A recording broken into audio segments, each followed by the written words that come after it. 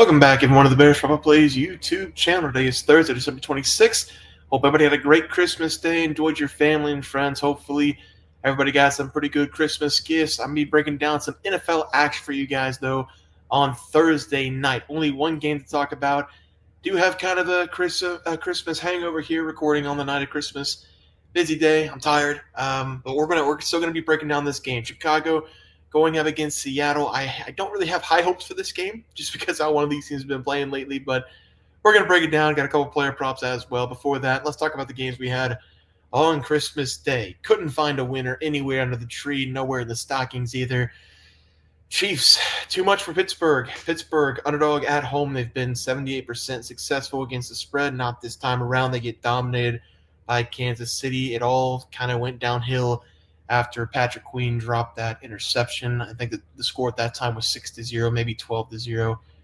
Not sure what it was. Maybe 13-0. I'm not entirely sure. But Pittsburgh looked bad. Watching Pittsburgh try to move the ball offensively is like trying to stab yourself with shards of glass and looking at the TV at the same time. It's not fun to watch, and I really have no idea how they're going to play in the playoffs. The defense didn't look great today. What really happened was Patrick Mahomes looked good, and every weapon that he has looked good. So the Chiefs, once again, about to go into the playoffs, got the number 1 seed, and they look unstoppable again. Player props.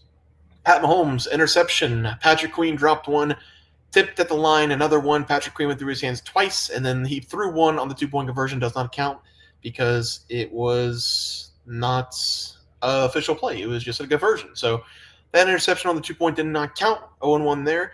Lamar Jackson, over 215.5 passing. He had 134 or 44 at half. Only had 20 in the second half. Big breakaway run.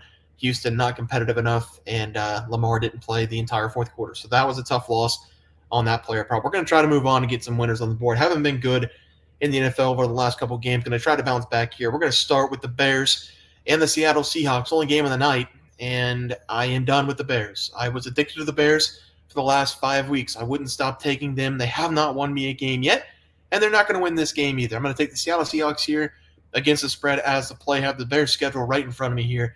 Washington. That was the game they threw the Hail Mary. That was the game. Don't remember his name. Looking at the crowd, trying to pump him up or tell him to shut up or whatever it was. They tell him the play is going on. He goes over there. We all know the rest of the story. It's history now. The Bears, since that loss to Washington, 1, 2, 3, 4, 5, 6, 7, 8, 9. 9 consecutive losses for the Chicago Bears. They had to fire Matt Eberflus after the Detroit Lions game. I believe it was. Yes, it was on the Detroit Lions game on Thanksgiving, that debacle that happened there.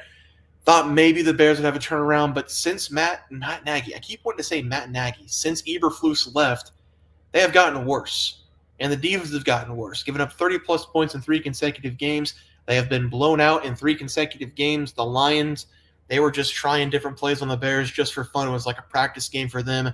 I'm going to take the Seattle Seahawks in this game. The Seattle Seahawks still fighting for a playoff spot. Offense does look better for the Seattle. The defense has been picking it up ever since their bye week. I think it's going to be an absolute rout ski. I'm going to take Seattle against the spread as the play. Let's go to the player props. First player prop of the day.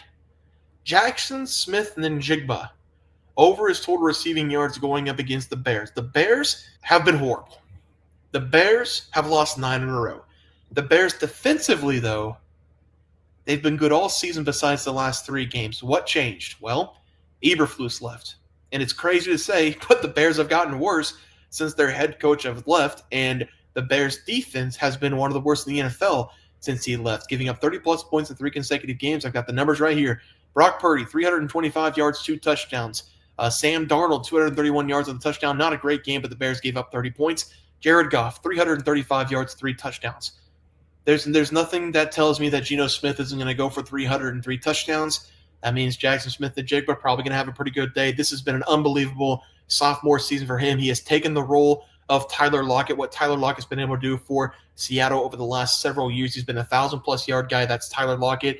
He's getting up there in age. He's not seeing the field a ton, but Jackson Smith and Jigba has stepped up. 93 catches, 1,089 yards this season, and he's had 70-plus receiving yards in 7 consecutive games. He's going to go over the receiving yards in this game against the Bears defense, who has been beaten up. And I've got some more stats for this next player prop. This Bears defense, like I said, they've been beaten up over the last several games. This Chicago Bears D with Eberflus, they used to be the #1 passing defense and the best defense at not giving up passing touchdowns. That was 6 weeks ago.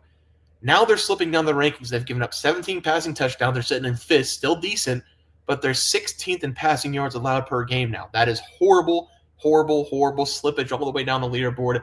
DK Metcalf, people kind of saying he might not be what he used to be last couple seasons. I still think DK Metcalf's a very reliable target. He's a massive human being. He's got speed on the outside. I don't think there's anybody for Chicago that can stop him. I'm going to take him to score a touchdown in this game. Only has 4 on the season, but he did get one last week going up against the Vikings. Again, the Seattle Seahawks fighting for their lives, fighting for that playoff spot, battling in their division. This is a game they cannot drop. They are not going to take this game lightly. I think we see them put up 30-plus points. That's been the trend for the Bears over the last 3 weeks. I'm going to take DK Metcalf in this game to find the end zone. He's a monster target in the red zone. And again, I don't think Chicago has anybody that can stop him. So I'm thinking to score a touchdown plus money in this game as the final play of the day. Let's go to the NFL recap graphic. We will be taking the Seattle Seahawks -3.5 going up against Chicago. We're going to take DK Metcalf anytime touchdown. I think that was plus 145 last time I saw it on a Christmas Day. I could be mistaken. It might be 135, but I'm pretty sure it was 145. Then Jackson Smith and Jigba over 69.5 receiving yards, hit this in 7 consecutive games. This feels extremely easy, especially since we've got a completely different Bears team now in the secondary than we did with the Eberflus. So I like this one a lot. Over 69.5 receiving yards as the final play. Guys, it's going to do it for the NFL plays and props for Thursday, December 26th slated games. If you guys enjoyed the content, please share, drop a like on this video, and subscribe channel below. See you guys next video, and thanks for watching.